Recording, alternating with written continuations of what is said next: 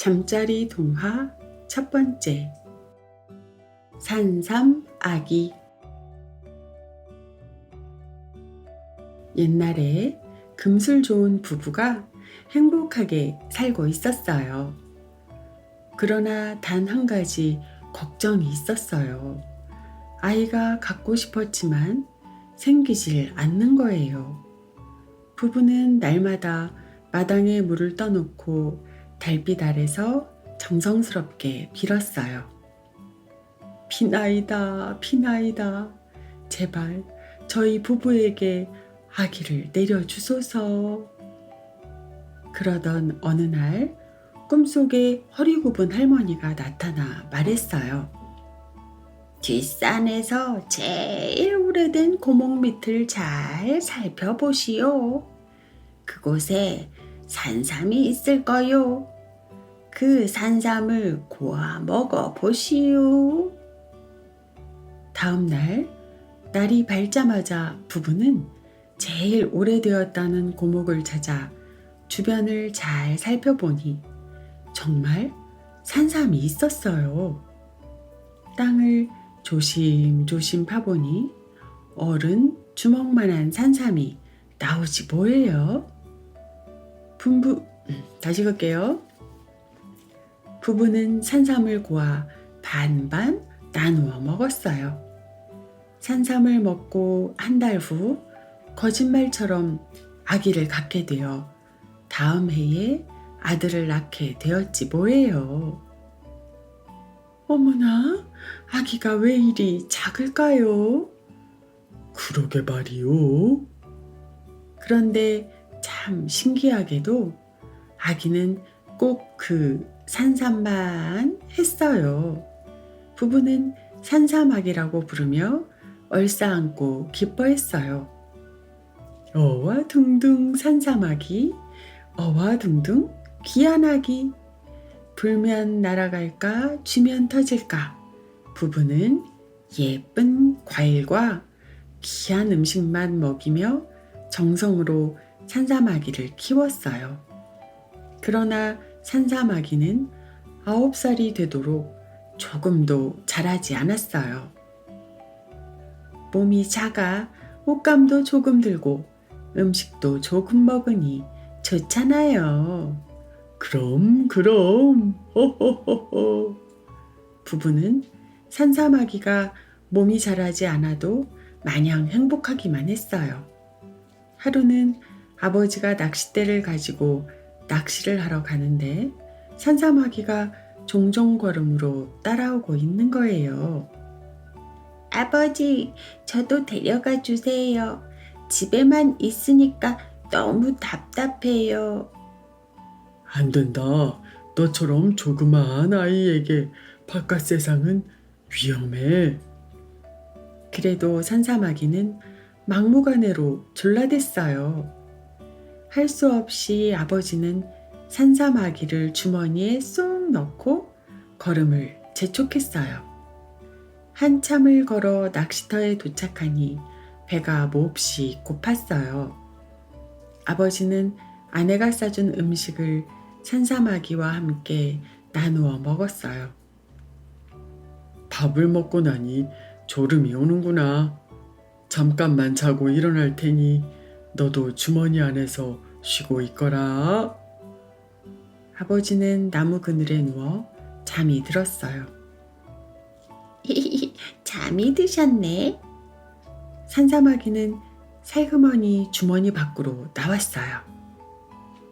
처음 보는 넓은 세상에 눈이 휘둥그레졌어요. 산삼아기에게는 풀이 나무 같고 바위는 산 같고 돌멩이는 바위 같았지요. 신이 나서 폴짝폴짝 이리 뛰고 저리 뛰며 아버지와 멀어지는 줄도 몰랐어요. 한참을 한눈을 팔던 산삼아기는 결국 길을 잃고 말았어요. 이를 어쩌지? 아버지가 보이질 않아. 허둥대며 아버지를 찾고 있는 산삼아기를 숨어서 바라보고 있던 여우가 기다렸다는 듯이 한 입에 꿀꺽하고 삼켜버렸어요. 산사마귀는 어둡고 끈적끈적한 뱃속이 무서웠지만 생각했어요. 이대로 죽을 수는 없어. 어둡고 구불구불한 뱃속에서 꼼지락꼼지락 계속 움직였어요. 아이고 배야, 아이고 배야, 뭘 잘못 먹었나, 아이고 배야. 여우는 배를 움켜쥐고 대굴대굴 굴렀어요.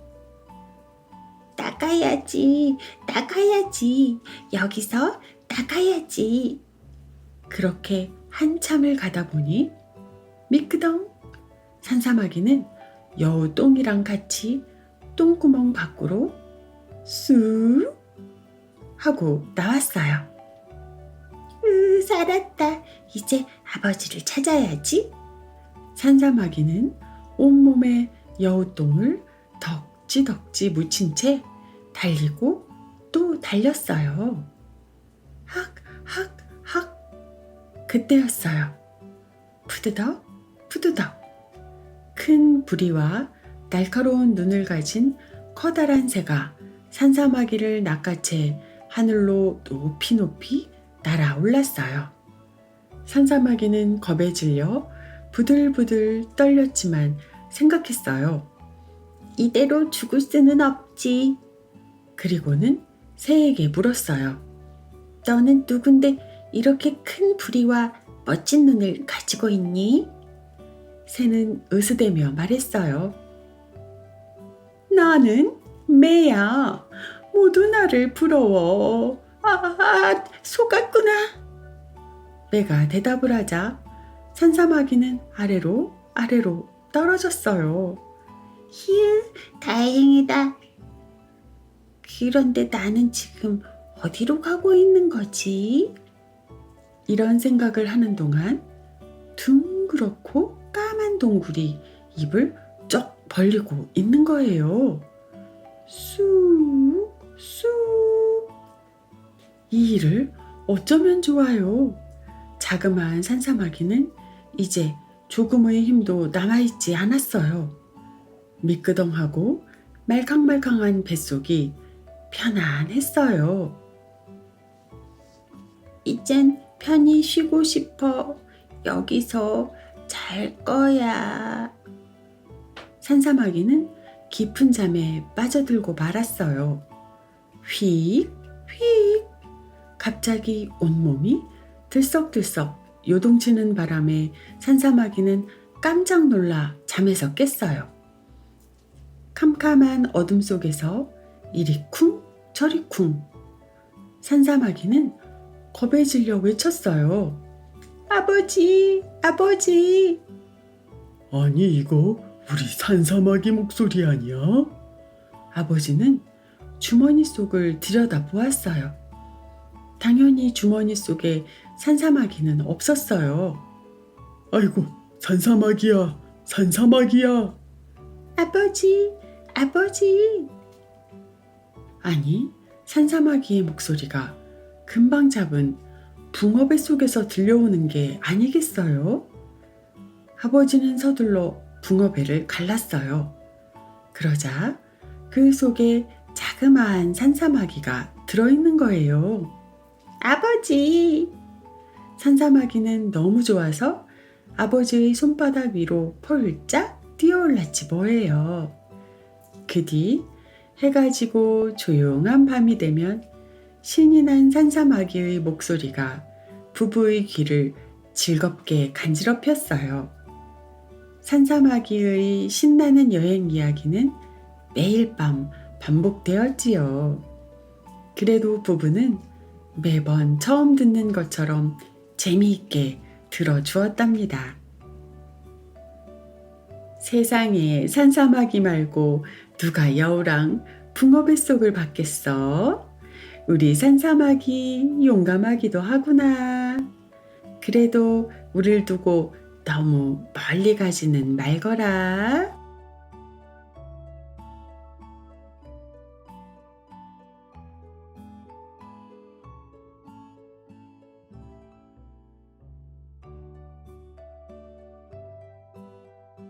잠자리 동화 두 번째. 욕심쟁이 영감님. 옛날 어느 마을에 마음씨 착한 농부가 살고 있었어요.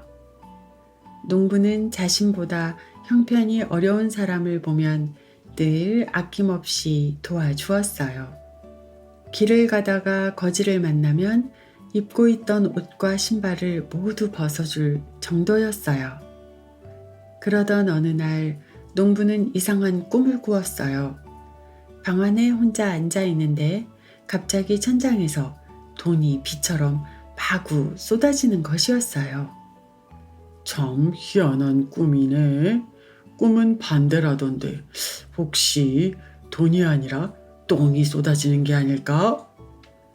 잠에서 깬 농부는 이런 생각을 하다가 밖으로 나왔어요. 그리고 빗자루로 마당을 쓸고 있는데 옆집에 사는 할아버지가 마당으로 나왔어요.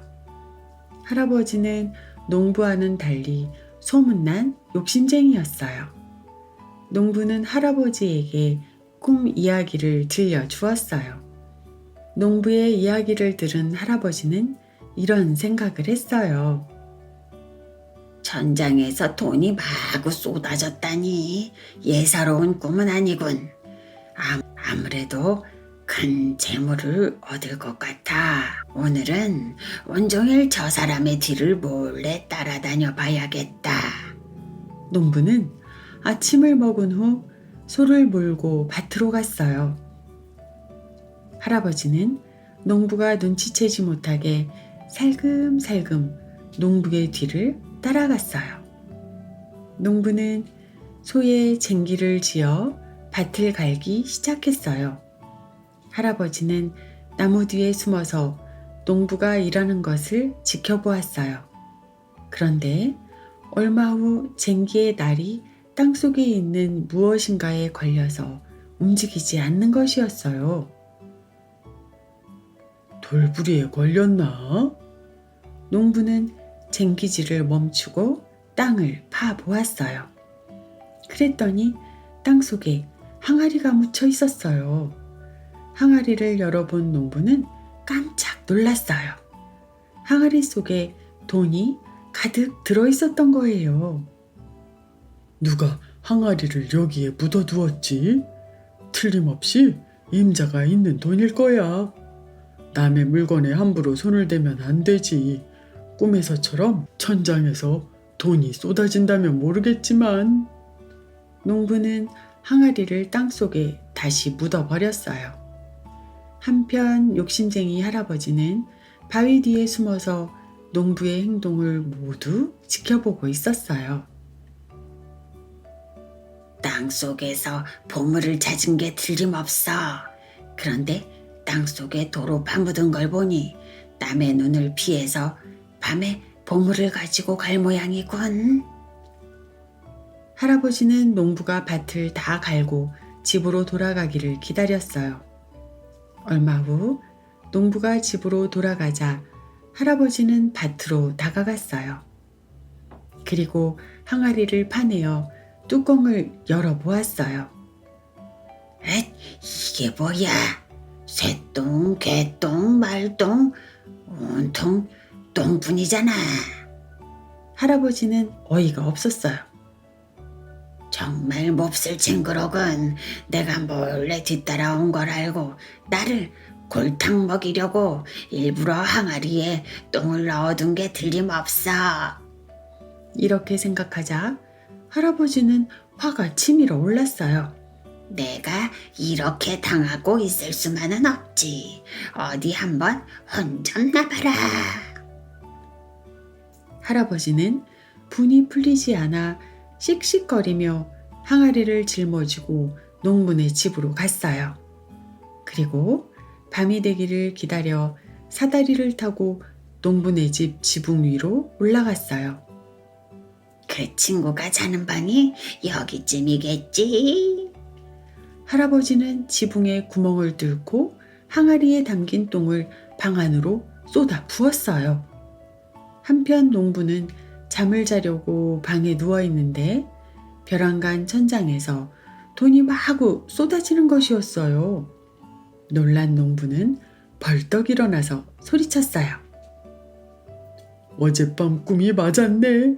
천장에서 쏟아진 주인 없는 돈이니. 이제 이 돈의 임자는 나야. 그렇게 해서 마음씨 착한 농부는 부자가 되었어요. 하지만 돈이 똥으로 보인 욕심쟁이 할아버지는 부자가 될 기회를 놓친 것을 평생 동안 아쉬워하며 살았다고 하네요.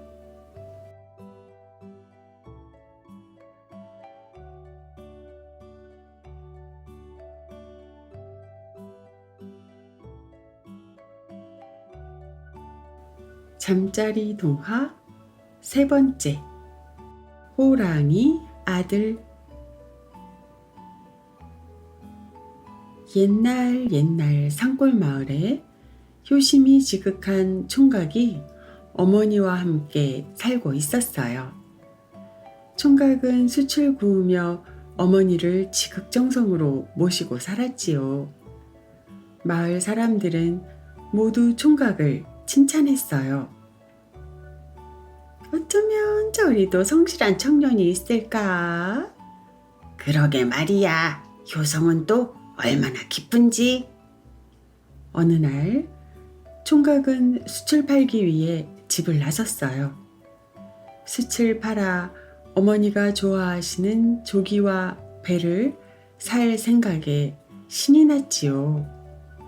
그런데 늦게까지 숯을 팔다가 그만 날이 저물고 말았어요.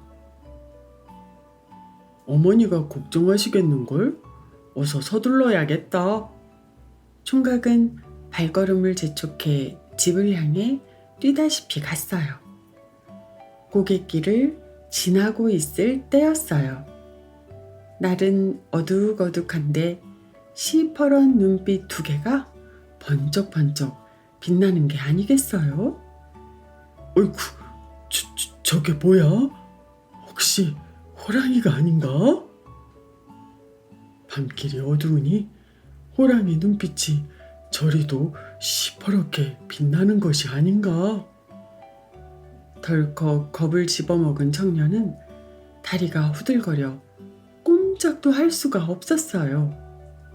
두 손도 벌벌 떨려오고 심장만 쿵쾅쿵쾅 방망이질 칠 뿐이었지요. 잠시 뒤 정말로 시퍼런 눈을 한 호랑이가 위세당당한 몸집을 드러내며 어그적 총각 앞에 나타난 것이 아니겠어요? 이제 난 영락없이 죽었구나. 총각은 더 이상 숨을 쉴 수가 없었어요. 너무 무서워 눈도 질끈 감아버렸어요.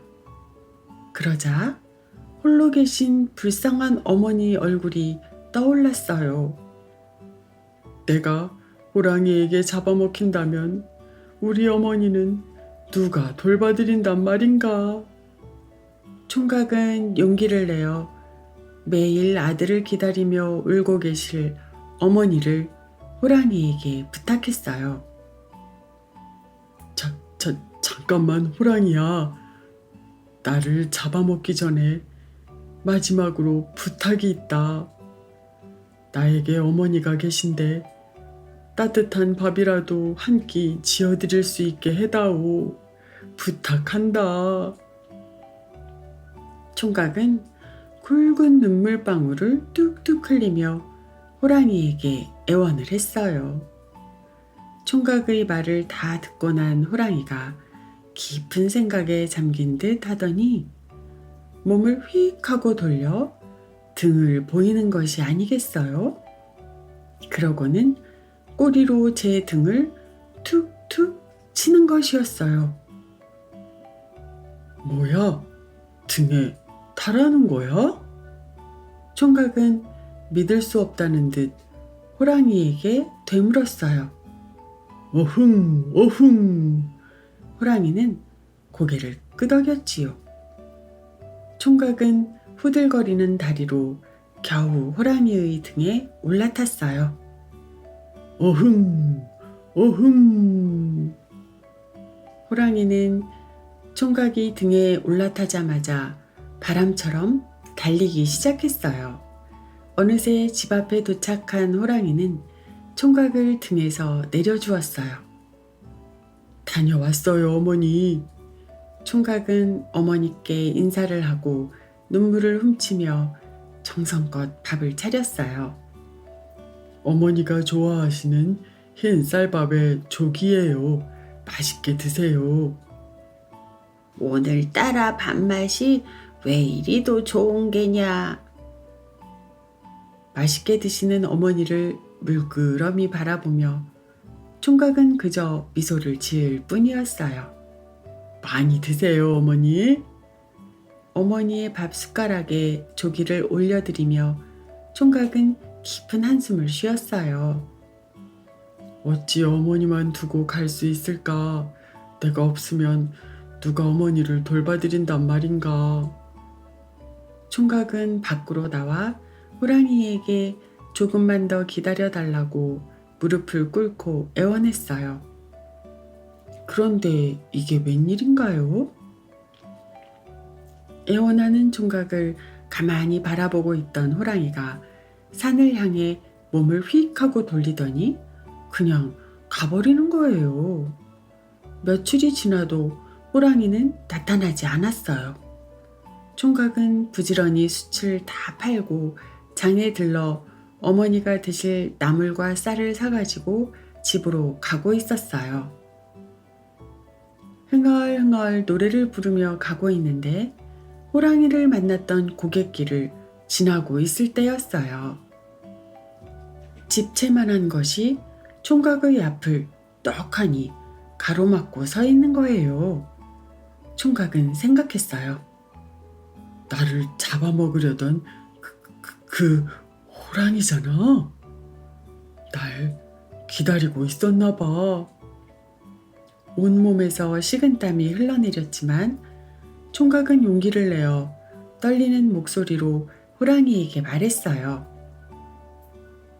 며칠 전에는 정말 고마웠어. 내 소원을 들어주었으니 이제는 네가 원하는 대로 하렴. 이렇게 말하고 총각은 눈을 질끈 감았어요.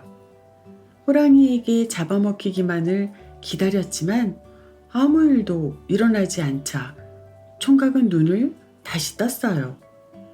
그러자 호랑이는 갑자기 등을 보이며 돌아앉더니 꼬리로 제 등을 툭툭 치는 거예요.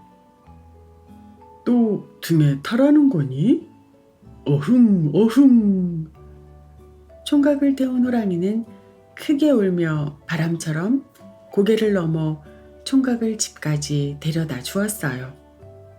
다음번에도 그 다음번에도 총각이 장에 다녀올 때마다 호랑이는 총각을 태우고 고개를 넘어 집에 데려다 주었어요.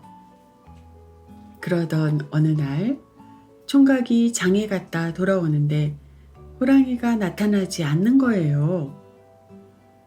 호랑이한테 무슨 일이 생긴 걸까? 총각은 호랑이 걱정을 하며 고개를 넘고 있었어요. 고갯마루에 다다르자 마을 사람들이 모여 큰일이라도 난 듯 웅성거리고 있었어요. 서둘러 가보니 총각을 집까지 데려다 주던 호랑이가 커다란 구덩이 속에 빠져서 으르렁거리고 있는 거예요. 어흥, 어흥. 이 호랑이를 어떻게 할 건가요? 총각은 다급히 사람들에게 물었어요. 가만히 기다렸다가 지치면 그때 잡을 생각이요. 돈은 충분히 드릴 테니 이 호랑이를 나한테 파시오.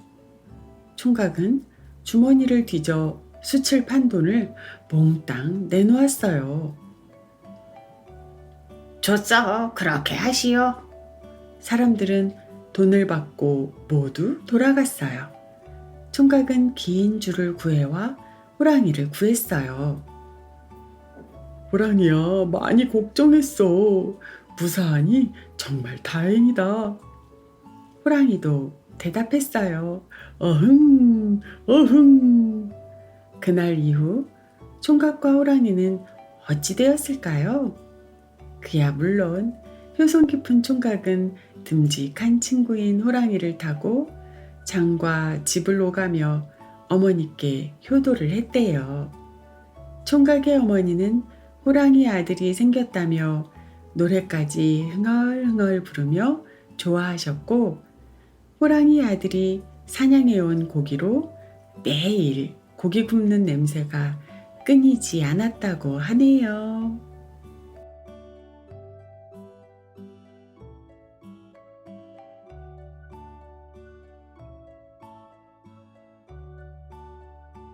잠자리 동화 네 번째. 누가 진짜야? 옛날 공부를 하기 위해 깊은 산속에 들어가 허름한 집에서 지내고 있는 선비가 있었어요. 사람이라고는 없는 깊은 산속이어서 너무 외로웠지요. 하지만 공부를 하기 위해 외로움을 참아내며 지내고 있었어요. 그런데 들쥐 한 마리가 선비의 방으로 들어와 놀다가 어디론가 가버리곤 하였어요. 몹시 외로웠던 선비는 들쥐조차도 반가워 쫓아내지 않고 이것저것 먹을 것을 주었어요. 그러던 어느 날이었어요. 선비가 깎아놓은 손톱을 들쥐가 와서 먹는 게 아니겠어요? 그 후로 선비는 손톱을 깎으면 들쥐에게 던져주곤 하였어요. 그런데 언제부터인가 들쥐가 보이질 않았어요. 산짐승에게 잡아먹혔나? 이렇게 생각하며 잠시 들쥐 걱정을 하였으나 곧 공부에 전념을 하였지요. 열심히 공부를 하여 3년 뒤 집으로 돌아가게 되었어요. 아버님, 소자 공부를 끝마치고 돌아왔습니다. 선비는 반가운 마음에 큰 소리로 외치며 성큼성큼 집 안으로 들어섰어요. 그러나 선비는 몸이 굳기라도 한 듯 동그래진 눈으로 집 마당에서 움직일 수가 없었어요.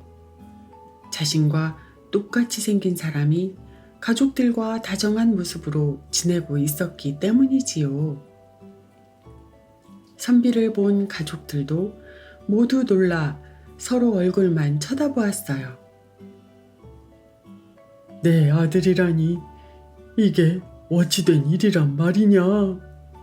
아버지는 믿기지 않아 두 아들의 얼굴을 번갈아 보며 어쩔 줄 몰라 했어요. 어떻게 이리도 똑같이 생길 수가 있단 말이냐? 쌍둥이도 이렇게 똑같이 생길 수는 없겠구나. 놀란 어머니는 마당에 털썩 주저앉으며 말했어요. 서로 자신이 진짜 아들이라고 하니 도대체 누가 진짜란 말이에요? 그때 어머니가 손뼉을 치며 말했어요. 맞다, 우리 아들 등에는 커다란 점이 있어요. 진짜 선비는 마당에 앉아있는 어머니 얼굴에 대고 옷을 벗으며 등을 보여주었어요. 가짜 선비도 질세라 등에 있는 점을 보여주었지요. 생김새뿐만 아니라 어릴 때 다쳐 오른쪽 종아리에 있는 흉터까지도 두 선비는 모든 것이 똑같았어요. 진짜 아들이라면 이것을 모를 리가 없다. 우리 집안 대대로 내려오는 집안의 보물을 찾아오너라. 이번엔 아버지가 말했어요. 집안의 보물? 어쩌지? 잘 생각이 나질 않아. 어디에 두었더라? 진짜 선비는 기억이 잘 떠오르지 않아 당황하였어요. 오랜 시간 공부를 위해 집을 떠나 있었던 진짜 선비는 가보를 둔 곳이 얼른 생각이 나지 않았어요. 하지만 가짜 선비는 집안에 보물이 있는 곳을 알고 있었어요. 3년 동안 진짜 아들 행세를 하며 지냈기 때문에 이 집안 구석구석 모르는 곳이 없었던 거예요. 가짜 선비는 어깨를 으쓱하며 당당하게 걸어가 집안의 보물을 찾아왔어요. 진짜 아들을 찾았구나. 어디서 감히 내 아들인 척을 하는 게냐? 아버지는 진짜 아들을 찾은 기쁨과 함께 가짜 아들이 괘씸하여 어찌할 줄 몰라 얼굴이 울그락불그락 하였어요. 뭣들 하느냐? 당장 저놈을 내쫓지 않고. 호통 소리에 하인들은 빗자루며 몽둥이를 들고 등짝을 때려 내쫓았지 뭐예요. 진짜 아들인 줄도 모르고 말이에요. 결국 집에서 쫓겨난 진짜 선비는 하염없이 눈물을 흘리며 어디로 가는지도 모르고 걷고 또 걸었어요. 그만 지쳐 나무 그늘에 눕자 곧 잠이 들고 말았어요. 그때 누군가 선비를 흔들어 깨웠어요. 너무나도 서러웠던 선비는 엉엉 울며 잠을 깨운 행인에게 자신의 이야기를 했어요. 나와 똑같이 생긴 자가 내 행세를 하며 내 가족들까지 속이고 있어요. 엉엉엉. 큰 소리로 흐느껴 울며 선비가 말했어요. 당신의 행세를 하고 있는 자는 바로 들쥐입니다. 행인이 말했어요. 네? 들쥐라고요? 선비는 산속 허름한 집에서 공부하며 만났던 들쥐 생각이 났어요. 그렇소. 그 들쥐가 당신의 손톱을 먹고 사람으로 둔갑한 겁니다. 행인의 말을 들은 선비는 이제야 모든 것을 알게 되었어요. 허나 내가 진짜라는 것을 어떻게 밝힐 수가 있단 말이에요. 방법은 간단합니다. 들쥐가 무서워하는 것은 고양이가 아닙니까? 하는 말을 남기고 행인은 사라졌어요. 그렇군요. 하하하. 하하하하. 선비는 웃다가 꿈에서 깨어났어요. 꿈 내용을 가만히 생각하던 선비는 웃음을 참지 못하고 웃고 또 웃었어요. 나무 그늘에서 벌떡 일어난 선비는 고양이 한 마리를 구해 품에 꼭 안고 집으로 향했어요. 마침 가족들 모두가 마당에 모여 있었어요. 선비가 고양이를 꺼내자 고양이가 갑자기 흥분하며 가짜 선비에게 달려들었어요. 으악! 고양이에게 물린 가짜 선비는 어느새 흉측한 들쥐로 변해 있었어요. 이게 어찌된 일이냐?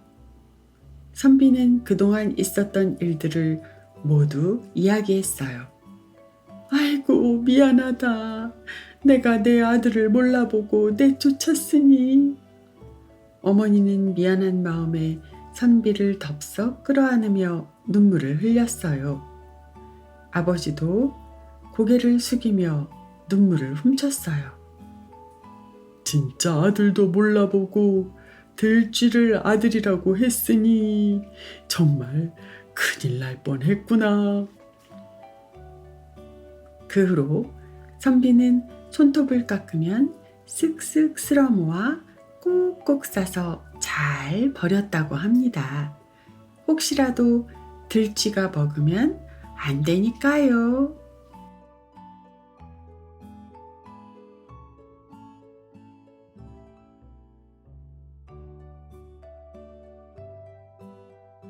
잠자리 동화 5번째. 호랑이 아가씨. 깊은 산속에 할머니 호랑이와 손자 호랑이들이 살고 있었어요. 손자 호랑이는 위로 셋이 수컷이고 막내가 암컷이었어요. 막내인 암컷 호랑이는 소원이 한 가지 있었어요. 바로 사람이 되는 것이었지요. 그래서 아름다운 아가씨로 둔갑하여 절을 찾아가곤 했어요.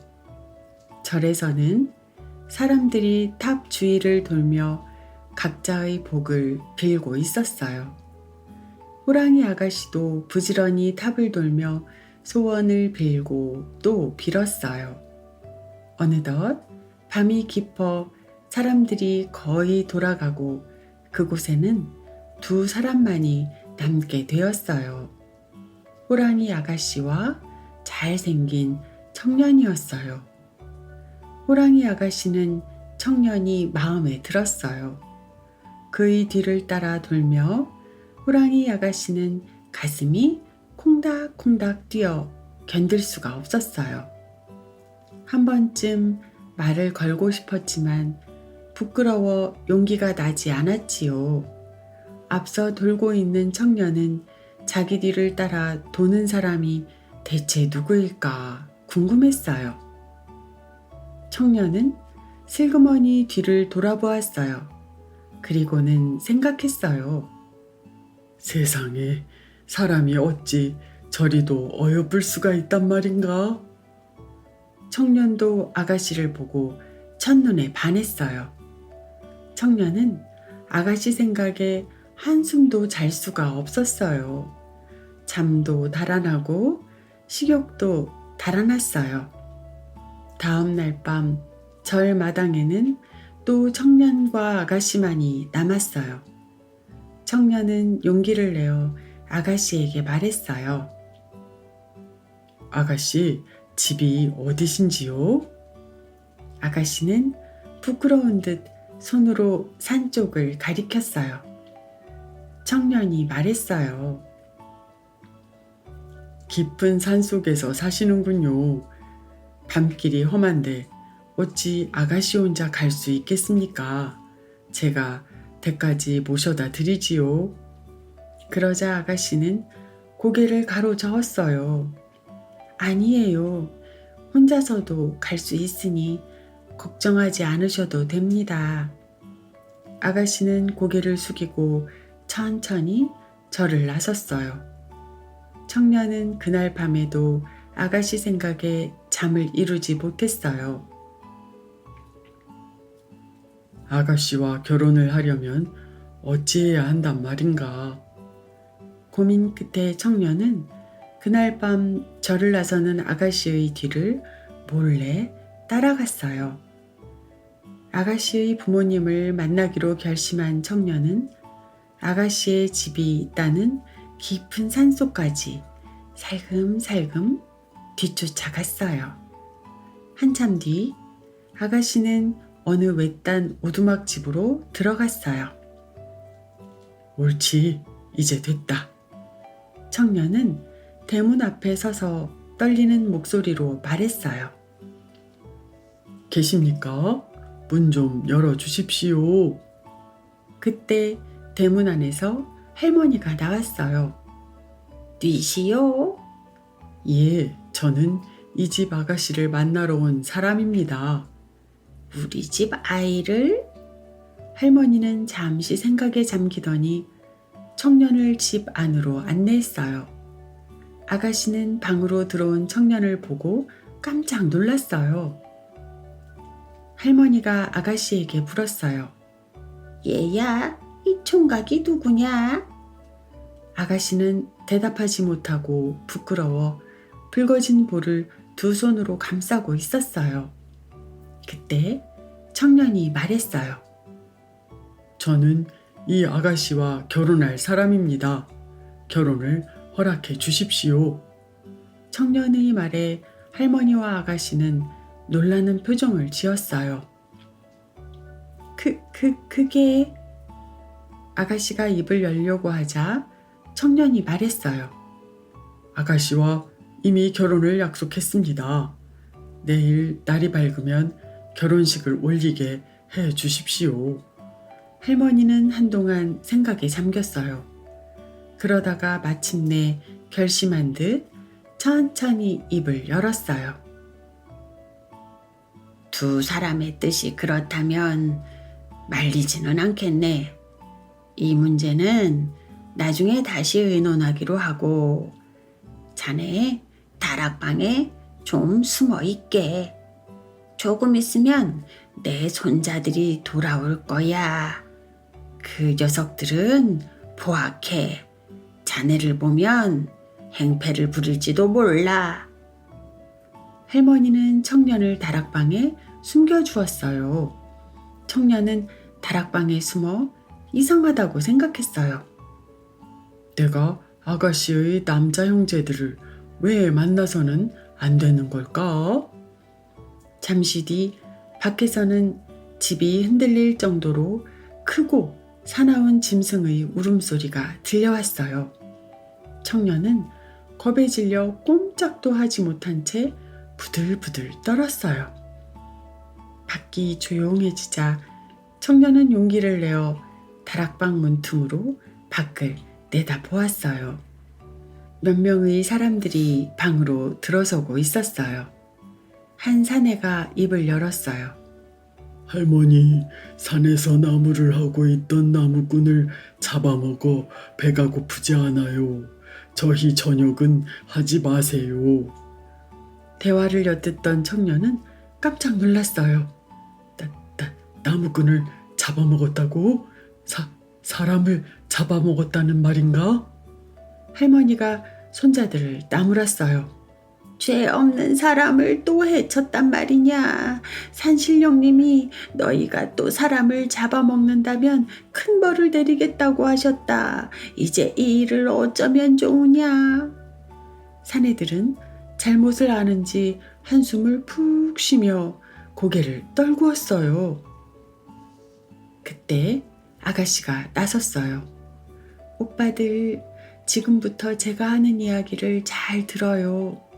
오빠들이 또 사람을 해쳤으니 이제 산신령님이 오빠들을 가만 놔두지 않을 거예요. 산신령님이 다시 나타나기 전에 여기를 떠나세요. 머나먼 땅으로 가서 사람을 해치지 말고 착하게 사세요. 산신령님의 벌은 제가 대신 받겠어요. 누이의 말에 사내들은 눈물을 흘리며 말했어요. 죄를 지은 것은 우리인데 왜 네가 벌을 받는단 말이냐? 아니에요. 저는 괜찮아요. 산신령님이 오시기 전에 어서 떠나세요. 사내들은 여동생에게 미안하여 후회의 눈물을 뚝뚝 흘렸어요. 그리고는 갑자기 사내들이 커다란 호랑이로 변했어요. 호랑이들은 오두막집을 나와 어둠 속으로 사라졌어요. 방 안에서 벌어진 이 모든 광경을 지켜본 청년은 기절할 듯이 놀랐어요. 이 집이 호랑이 굴이란 말인가? 청년이 어리 빠진 얼굴로 앉아있을 때 아가씨가 들어왔어요. 도련님, 용서해 주세요. 이미 보신 대로 저희 가족은 사람이 아니라 호랑이예요. 호랑이의 몸으로 도련님을 사랑했고 도련님은 저와 결혼하고 싶다고 말씀하셨지만 저는 오빠들 대신 벌을 받아야 해요. 아가씨는 눈물을 흘리며 말했어요. 도련님, 소원이 있으니 꼭 들어주셔야 해요. 저는 어차피 죽을 수밖에 없는 몸이니 도련님의 손에 죽고 싶어요. 내일 제가 되걸 앞에서 호랑이의 모습으로 사람들을 가볍게 상처 입힐 거예요. 그때 임금님이 저를 잡는 사람에게 높은 벼슬과 많은 상금을 내린다고 하실 거예요. 이때 도련님이 나서서 제가 숲속으로 달아나면 뒤쫓아와 칼로 저를 찌르세요. 아시겠지요? 청년은 울면서 호소하는 아가씨의 부탁을 뿌리칠 수가 없었어요. 두 사람은 눈물로 밤을 지새우고 날이 밝자 헤어졌어요. 다음날 대궐 앞에서는 야단이 나고 말았어요. 호랑이다! 호랑이가 나타났다! 호랑이다! 호랑이가 나타났어! 호랑이가 닥치는 대로 사람을 물었어요. 그런데 이상하게도 상처를 입히지는 않았어요. 호랑이가 어찌나 날쌘지 그 어느 누구도 잡을 수가 없었지요. 호랑이를 잡는 사람에게는 높은 벼슬과 큰 상을 내리겠노라. 임금님의 명령에 이제 청년이 나설 차례가 되었어요. 아가씨가 말한 대로구나. 청년은 대궐 앞으로 갔어요. 사람들을 위협하며 큰 소리로 울부짖던 호랑이가 청년을 보자 멀리 달아났어요. 호랑이가 도망친다! 잡아라! 호랑이 잡아라! 사람들은 소리쳤어요. 그러나 호랑이 뒤를 쫓는 것은 청년뿐이었어요. 청년은 호랑이를 따라 숲속 깊이 들어갔어요. 그때 어디선가 아름다운 아가씨가 청년 앞에 나타났어요. 청년은 반가운 마음에 소리쳤어요. 아가씨, 도련님, 저는 호랑이에요. 시간이 없어요. 어서요. 어서 저를. 아가씨가 다급하게 외쳤어요. 어서요. 청년이 돌아서서 눈물을 흘리며 어쩔 줄 몰라 하자 아가씨가 달려들었어요. 아가씨는 청년의 칼을 빼앗아 제 가슴을 찔렀어요. 아가씨, 청년은 자신의 가슴을 움켜잡고 슬피 울었어요. 순간 아름다운 아가씨는 사라지고 그 자리에 커다란 호랑이가 죽어 있었어요. 임금님은 호랑이를 잡은 공로로 청년에게 높은 벼슬과 큰 상을 내렸어요. 청년은 호랑이 아가씨를 잊을 수가 없었어요.